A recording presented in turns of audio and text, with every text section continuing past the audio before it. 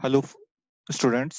आज हम पढ़ेंगे रोटेटिंग फ्रेम ऑफ रेफरेंस और कोरियोलिस फोर्स, घूर्णी निर्देश तंत्र और कोरियोलिस बल। घूर्णी निर्देश तंत्र एक फ्रेम है एस जो स्थिर निर्देश तंत्र है। स्थिर निर्देश तंत्र में किसी बिंदु P के निर्देशांक x, y और z से प्रदर्शित किए गए हैं और इस बिंदु P को मूल बिंदु से मिलाने वाला सदिश यानी स्थिति सदिश OP वेक्टर को समीकरण 1 से r vector equal to X I cap plus Y J cap plus Z K cap से व्यक्त किया जाता है। इस प्रकार हम स्थिति सदिश और निर्देशांकों के बीच में संबंध स्थापित करते हैं। एक घूर्णी निर्देश तंत्र है R जो स्थिर निर्देश तंत्र S के सापेक्ष नियत कोणीय वेग ओमेगा से घूर्णन गति कर रहा है। इसकी घूर्णन गति त्रिविमीय है, तीनों एक्सिस परिवर्तित होती है, परंतु इसका जो मूल बिंदु है वो एस निर्देश तंत्र के मूल बिंदु के साथ समपाती है। तो किसी समय t पर एंगल ऑफ इंक्लाइनेशन झुकाव कोण theta equal to omega T है, जो तीनों एक्सिस x, y और z के लिए क्रमशः समान होता है। ठीक है, तो इस घूर्णी निर्देश तंत्र R में इस बिंदु P के निर्देशांक x डैश, y डैश और z डैश से व्यक्त किए गए हैं। तो इसका स्थिति सदिश OP equal to r dash vector equal to x dash i cap dash plus y dash j cap dash plus z dash k cap dash से व्यक्त किया गया है। इसको समीकरण नंबर 2 से निरूपित किया है। यहाँ पे i cap, j cap dash और k कैप डैश क्रमशः घूर्णी निर्देश तंत्र के x dash axis, y dash axis और z डैश एक्सिस की दिशा में एकांक सदिश है। क्योंकि घूर्णी निर्देश तंत्र R घूर्णन गति कर रहा है, तो इसके तीनों एक्सिस जो हैं उनकी दिशा में निरंतर परिवर्तन होता है। इसीलिए निर्देश एकांक सदिश I cap dash, J cap dash और के कैप डैश नियत नहीं रहते, इसकी दिशा में परिवर्तित होता है। अर्थात यूनिट वेक्टर आई cap dash, J cap dash और के कैप डैश की दिशा समय के सापेक्ष निरंतर परिवर्तित होती है। चूंकि बिंदु P नियत है, तो इस स्थिति में निर्देश तंत्र S और S डैश दोनों में इसका जो स्थिति सदिश है वो समान होंगे, क्योंकि मूल बिंदु दोनों के समपाती हैं। अतः R vector equal to R dash vector के तुल्य होगा। तो R वेक्टर को हम इस प्रकार से भी लिख सकते हैं, R vector equal to x dash i cap dash, y dash j cap dash plus z dash k cap dash. ये समीकरण नंबर हो गया हमारा 3। वेगों का रूपांतरण, वेग रूपांतरण ज्ञात करने के लिए घूर्णी निर्देश तंत्र जिसमें कि एकांक सदिश जो है वो समय के सापेक्ष परिवर्तित होते हैं, अर्थात टाइम डेरिवेटिव लेंगे तो इन एकांक सदिश का भी समय के सापेक्ष अवकलन लिया जाएगा, क्योंकि यह समय के सापेक्ष परिवर्तनशील है। तो समीकरण नंबर 3 जो स्थिति रूपांतरण समीकरण था हमारा, इस समीकरण को हमने t समय के सापेक्ष अवकलन किया। तो यहाँ पर दोनों क्वांटिटी आई कैप और x डैश जो है वो दोनों वेरिएबल होंगे। अवकलन किया तो हमारे पास कुछ इस प्रकार से टर्म मिलती है, d are upon D T equal to i cap dash d x dash upon D T plus j cap dash d y dash upon D T plus k cap dash d z dash upon D T plus एकांक सदिशों का अवकलन करते हुए i cap sorry x dash d I cap dash upon D T plus y dash d J cap dash upon D t Z dash D के cap dash upon D T. ये समीकरण number 4 मिल गई। अब ये जो time derivative है हमारा d upon D T निर्देश तंत्र S जो कि समय के सापेक्ष नियत है, उसी प्रकार घूर्णी निर्देश तंत्र में टाइम डेरिवेटिव ऑपरेटर को हम D upon D T dash से व्यक्त कर सकते हैं। क्योंकि घूर्णी निर्देश तंत्र में एक्सिस जो है तीनों वो समय के सापेक्ष परिवर्तित होती है। तो यदि हम घूर्णी निर्देश तंत्र के सापेक्ष इसको देखें तो एकांक सदिश का टाइम डेरिवेटिव समय के सापेक्ष जो अवकलन है वह नियत मिलेगा। तो ये एक डिफरेंस है। तो हमने एक नया operator D dash upon D T से निरूपित किया हुआ है। तो निर्देश तंत्र आर में कण की गति को हम इस प्रकार से निरूपित कर सकते हैं, v dash vector equal to D dash upon D R dash vector upon D T, या डी डैश जो आर रेफरेंस फ्रेम में हमारा डेरिवेटिव है उसको हमने यूज ले लिया, D dash upon D T R vector. तो हमारे पास केवल निर्देशांकों का अवकलन करेंगे, एकांक सदिश का अवकलन समय के सापेक्ष 0 हो जाएगा आर निर्देश तंत्र के सापेक्ष। तो हमारे पास टर्म बचेगी i cap dash d x dash upon D T plus j cap dash d y dash upon D T plus k cap dash d z dash upon t t. ये आ गए समीकरण नंबर 5। इसी प्रकार निर्देश तंत्र S में वेग का समीकरण हम लिखें तो बहुत सिंपल सा समीकरण, V vector equal to D are vector upon D T, और पोजीशन वेक्टर का समय के सापेक्ष अवकलन करेंगे तो केवल निर्देशांकों का अवकलन होगा। पोजीशन वेक्टर जो एकांक सदिश जो है एक्सिस के सापेक्ष वह नियत रहते हैं। तो i cap d x upon D T plus j cap d y upon D T plus k cap d z upon D t, इसको हमने समीकरण नंबर 6 से निरूपित कर दिया।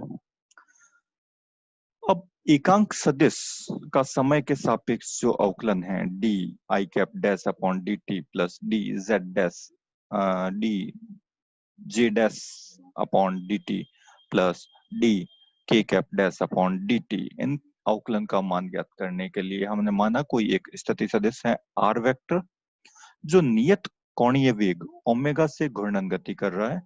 तो इसका जो अंतिम सिरा है उसकी रेखीय वेग v को हम समीकरण v vector equal to omega vector cross r vector से निरूपित कर सकते हैं। v वेक्टर जो होता है स्थिति सदिश का समय के सापेक्ष अवकलन से व्यक्त किया जा सकता है। इसका मान रखने पर D are vector upon D T equal to omega cross r, ये हमारा समीकरण नंबर 7 है। एकांक सदिश I cap dash J cap dash और के कैप डैश को समीकरण 7 में रखने पर हमारे पास कुछ इस प्रकार से समीकरण आते हैं, D I cap dash upon D T equal to omega cross I cap dash plus D J cap dash upon D T equal to omega vector cross J cap dash, और के कैप डैश का मान रखने पर D के cap dash upon D T equal to omega cross K cap dash. ये समीकरण 8 से निरूपित कर दिया। अगर इन टाइम एकांक सदिशों के टाइम डेरिवेटिव को हम पिछले समीकरण में रख दें तो हमारे पास वेग का रूपांतरण समीकरण ज्ञात किया जा सकता है। तो समीकरण 5 और 8 को समीकरण 4 में रखने पर हमारे पास d are vector upon D T equal to D dash r upon D T plus omega, एकांक सदिशों के टाइम डेरिवेटिव का मान रख दिया हमने तो हमारे पास आ गया ओमेगा क्रॉस आई cap dash x dash plus j cap dash y dash plus k cap dash z dash. समीकरण 3 जो कि हमारा स्थिति रूपांतरण समीकरण था उससे मान रखने पर ये जो टर्म है वह आर वेक्टर के तुल्य होता है, मान रख दिया। तो D are vector upon D T equal to D dash are vector upon D T plus omega cross are vector. यहाँ पर ये जो डेरिवेटिव है वह आर निर्देश तंत्र में अवकलन ऑपरेटर डेरिवेटिव ऑपरेटर को रिप्रेजेंट करता है, और डी अपॉन डी टी जो है वह स्थिर निर्देश तंत्र एस में अवकलन समीकरण को निरूपित करता है। तो आर का यदि एस फ्रेम में टाइम डेरिवेटिव लें तो हमारे पास वेलोसिटी मिलती है एस फ्रेम की, और यदि आर डैश घूर्णी निर्देश तंत्र के अवकलन संकारक को यदि यूज किया गया है तो हमारे पास जो वेग आएगा वह आएगा घूर्णी निर्देश तंत्र में वेग v डैश वेक्टर से व्यक्त कर दिया प्लस ओमेगा क्रॉस आर, जहां पे ओमेगा घूर्णी निर्देश तंत्र का कोणीय वेग है। और वेग रूपांतरण का समीकरण ज्ञात करने के लिए v को हमने ट्रांसफॉर्म कर दिया, तो हमारे पास इक्वेशन आ गई v dash vector equal to v minus omega cross r। तो यह समीकरण 10 जो है वह वेग रूपांतरण समीकरण को व्यक्त करता है, जो स्थिर निर्देश तंत्र में कण के वेग और घूर्णी निर्देश तंत्र में कण के वेग के मध्य संबंध को प्रदर्शित करता है।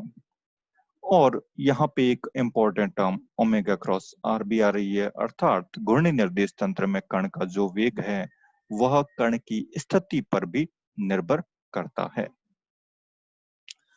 त्वरण का रूपांतरण।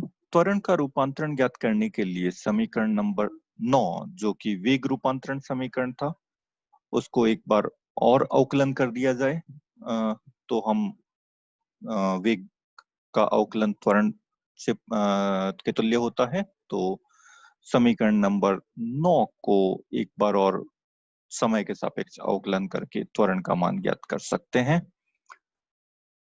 तो हमारे पास दो फ्रेम है एस और एस डैश। इसमें जो ऑपरेटर्स हैं, संकारक हैं डेरिवेटिव के, उनके मध्य संबंध हम समीकरण नंबर 9 को यूज करेंगे जो कि अवकलन समीकरण के तुल्य होता है। इस अवकलन समीकरण को ध्यान से देखें तो हमारे पास एक ऑपरेटर मिलता है जो ऑपरेटर एस निर्देश तंत्र और एस डैश निर्देश तंत्र में अवकलन संकारक के मध्य संबंध को व्यक्त करता है। तो यहाँ से हमने एक ऑपरेटर फाइंड आउट किया जिसे हमने समीकरण नंबर 11 से प्रदर्शित किया, डी अपॉन डी टी, जो एस फ्रेम में अवकलन संकारक है। इसका मान D dash upon D T plus omega cross के तुल्य होता है। इस पर पोजीशन वेक्टर को अगर दोनों साइड ऑपरेट कर दें तो हमारे पास वेग का रूपांतरण समीकरण जो कि हमने पिछले टॉपिक में ज्ञात किया वह प्राप्त हो जाता है। अवकलन त्वरण जो होता है वह पोजीशन का, स्थिति का सेकंड ऑर्डर डेरिवेटिव है। तो त्वरण equal to D upon D T और वेग D are upon D T का एक बार और अवकलन करके ज्ञात किया जा सकता है। दोनों तरफ ऑपरेटर्स के मान रख दिए हमने। तो हमारे पास राइट हैंड साइड बन गया d dash upon D T plus omega cross bracket में d dash are vector upon D T plus omega cross are vector. Operator को ऑपरेट करने के पश्चात सेकंड ऑर्डर डेरिवेटिव बन गया A vector equal to d two r vector upon D T square equal to यहाँ पर जब operate करेंगे तो दो ऑपरेटर ऐड होके मल्टीप्लाई हो रहे हैं, तो 1 बाय 1 ऑपरेट करते हैं। पहले ऑपरेट करते हैं D dash upon D T को इस पे, तो टर्म मिलती है D dash square upon D T square R vector plus omega को जब इस पे ऑपरेट करेंगे तो बचेगा omega cross D R dash upon D T vector, sorry D T. Next इसको जब इस पे ऑपरेट किया जाएगा D dash upon D T को ओमेगा क्रॉस आर पे, तो ओमेगा कांस्टेंट है बाहर आ जाएगा, तो ये टर्म ट्वाइस हमने डायरेक्ट यूज कर लिया omega cross D dash are vector upon D T.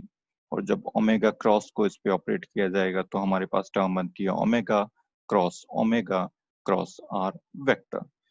चूंकि ओमेगा जो है वह नियत है, कांस्टेंट है, तो इसका टाइम डेरिवेटिव 0 हो जाता है, जो कि हमने यहाँ पे यूज कर लिया है। ए एस फ्रेम में एक्सेलरेशन त्वरण को व्यक्त करता है D two D dash two upon D T square R vector. यह पोजीशन का सेकंड ऑर्डर डेरिवेटिव है, लेकिन ऑपरेटर हमने यूज किया हुआ है घूर्णी निर्देश तंत्र के ऑपरेटर को। तो यहाँ पर त्वरण जो मिलेगा वह घूर्णी निर्देश तंत्र में त्वरण जिसे हमने ए डैश वेक्टर से व्यक्त किया है उसका मान आ जाएगा plus 2 omega cross D D dash are vector upon D T. यह हमारे पास घूर्णी निर्देश तंत्र में कण के वेग को व्यक्त करता है, तो वैल्यू आ गई 2 omega cross V dash plus omega cross R, समीकरण नंबर 12।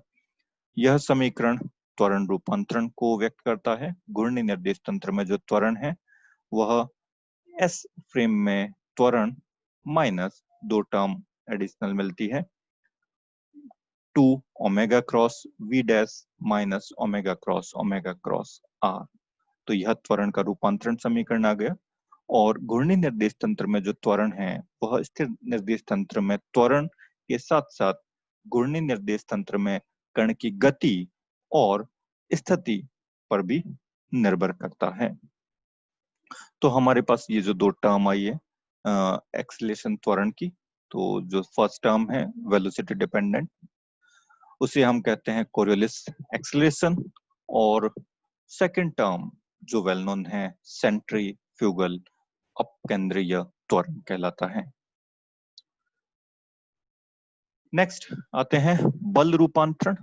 बल और त्वरण के बीच संबंध हम न्यूटन गति के द्वितीय नियम से ज्ञात कर सकते हैं। बल जो होता है संवेग में परिवर्तन की दर के समानुपाती होता है, और समानुपाती का नियतांक एक यूनिट क्वांटिटी मिलती है, तो F equal to dp upon dt। और बहुत सी कॉमन केसेस जो अभी तक हम स्टडी कर रहे हैं वहां पे कण का द्रव्यमान m जो है नियत होता है, उस केस में हमारे पास रिलेशन आता है F इक्वल टू ma, बल बराबर मास टाइम एक्सीलरेशन, द्रव्यमान और त्वरण का गुणनफल। तो त्वरण रूपांतरण का जो समीकरण था 13, उसको यदि दोनों तरफ कण के द्रव्यमान से गुणा कर दिया जाए तो हमें बल का समीकरण मिल जाएगा, और इस प्रकार हम बल रूपांतरण समीकरण भी ज्ञात कर सकते हैं। तो समीकरण 13 को हमने कण के द्रव्यमान m से गुणा कर दिया, तो हमारे पास इक्वेशन आ गई m a dash plus m a minus 2m omega cross v dash minus m omega cross r vector. m a dash यह घूर्णी निर्देश तंत्र में कण की बल F डैश को व्यक्त करता है। m a यह स्थिर निर्देश तंत्र में कण के बल को व्यक्त कर रहा है, और शेष जो दोनों क्वांटिटी है वह एडिशनल टर्म मिलती है वेलोसिटी और पोजीशन पे डिपेंड करने वाली क्वांटिटी। तो यह समीकरण नंबर 13 बल रूपांतरण को व्यक्त करता है, और इसमें जो second term omega cross R वाला जो टर्म है वह सेंट्रीफ्यूगल अपकेंद्रीय बल को व्यक्त करता है, जो कण की स्थिति पर निर्भर करता है घूर्णी निर्देश तंत्र में। और first term minus 2m omega cross v dash यह कोरियोलिस बल को प्रदर्शित करता है। कोरियोलिस बल और सेंट्रीफ्यूगल या अपकेंद्रीय बल दोनों ही बल क्या होते हैं, छद्म बल या आभासी बल होते हैं, जो घूर्णी निर्देश तंत्र में कण की स्थिति और गति के कारण लगते हुए प्रतीत होते हैं, जबकि वास्तव में ऐसा कोई बल नहीं लगता। कोरियोलिस बल जो है वह एक स्यूडो फोर्स है, आभासी बल है, जो घूर्णी निर्देश तंत्र में कण की गति के कारण लगता हुआ प्रतीत होता है, और इसका मान -2m omega cross v dash से दिया जाता है। तो यह कण की गति के कारण लगता है। अगर घूर्णी निर्देश तंत्र में कण की गति शून्य हो तो उस केस में कोरियोलिस बल का मान भी शून्य हो जाता है। अब इसका मान ज्ञात करें तो माना कि घूर्णन गति में कोणीय वेग ओमेगा और कण की गति घूर्णी निर्देश तंत्र में कण की गति या वेग v डैश के मध्य जो कोण है वह थीटा है, तो कोरियोलिस बल का मान हो जाएगा Fc equal to -2m omega cross v dash sine theta n cap. n cap जो है वह एकांक सदिश है, इसकी दिशा ओमेगा और v डैश के लंबवत होती है। इसका मान हम दाहिने हाथ के नियम या दक्षिणावर्ती पेज के नियम की सहायता से ज्ञात कर सकते हैं। अब दो स्पेशल केसेस हम स्टडी कर रहे हैं। जब कोणीय वेग ओमेगा और घूर्णी निर्देश तंत्र में कण की गति की दिशा परस्पर एक दूसरे के लंबवत है, तो कोरियोलिस बल का मान लंबवत है अर्थात 90 डिग्री है, तो साइन 90 का मान मैक्सिमम 1 होता है, तो बल का मान भी अधिकतम होगा और इसका मान होता है -m omega cross v dash.